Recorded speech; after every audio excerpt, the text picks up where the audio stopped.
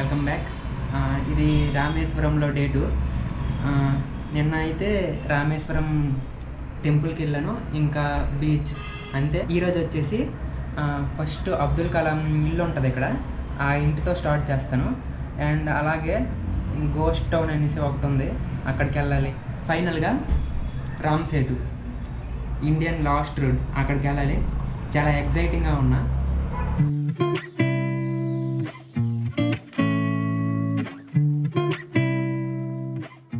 ఇక్కడ అబ్దుల్ కలాం గారి complete history and achievements అన్నీ కూడా చాలా డీటెయిల్డ్గా చూసుకోవచ్చు. అతను ఇండియాకి చేసిన సేవ, అతనికి వచ్చిన అవార్డ్స్, యూనిఫామ్స్ అండ్ అతని బిలాంగింగ్స్ అన్నీ కూడా ఇక్కడ ప్రజెంట్ చేశారు. ఓహో, భారతరత్న, పద్మభూషణ్, పద్మవిభూషణ్.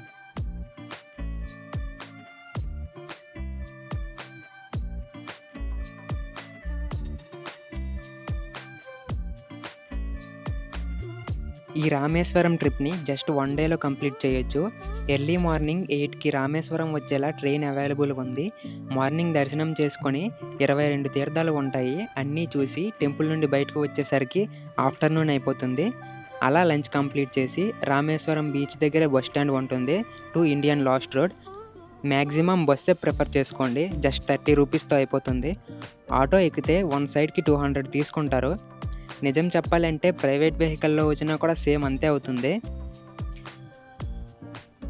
నేను వేరే వాళ్ళు బుక్ చేసుకున్న ఆటోలో రిక్వెస్ట్ చేసి ఎక్కేసా, జస్ట్ 50 రూపీస్తో తేలిపోయింది.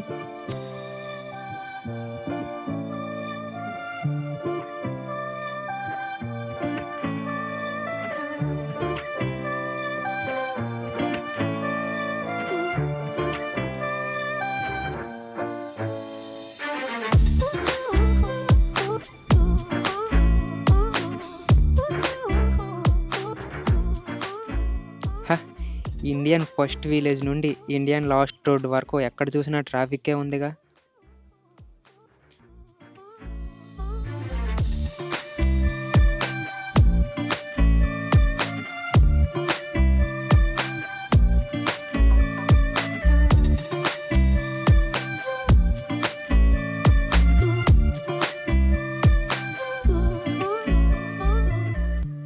ఒక చిన్న సజెషన్ ఇద్దాం అనుకుంటున్నా, ముఖ్యంగా లేడీస్కి కాస్త వాల్యూమ్ తగ్గించుకోండి.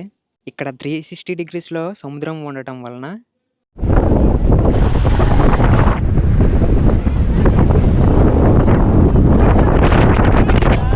లిటరల్గా గాలి ఎంత వైలెంట్గా ఉంటుంది.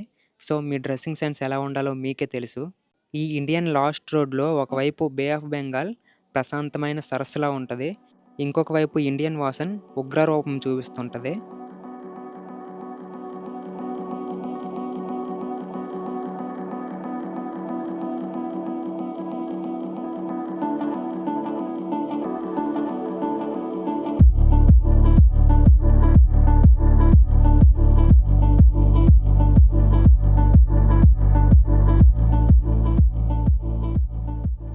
సహారా ఎడారిలో కూడా ఇలా ఉండవేమో ఇసుక తుఫాన్లు. 90s టైంలో గూడ్స్ ట్రేడింగ్ ఇక్కడి నుండే జరిగేది. అలా ఇక్కడ ఈ టౌన్ రెడీ చేశారు. ఇక్కడ వరకు కూడా రైల్వే ట్రాక్స్ ఉంటాయి. బట్ 1964లో వచ్చిన సైక్లోన్ వల్ల మొత్తం ఇలా అయిపోయింది. ప్రెజెంట్ ఇప్పుడు ఇది మంచి టూరిస్ట్ అట్రాక్షన్గా ఇండియన్ లాస్ట్ విలేజ్ అయిన ధనుష్కోడి పీపుల్కి హెల్ప్ఫుల్ అవుతుంది.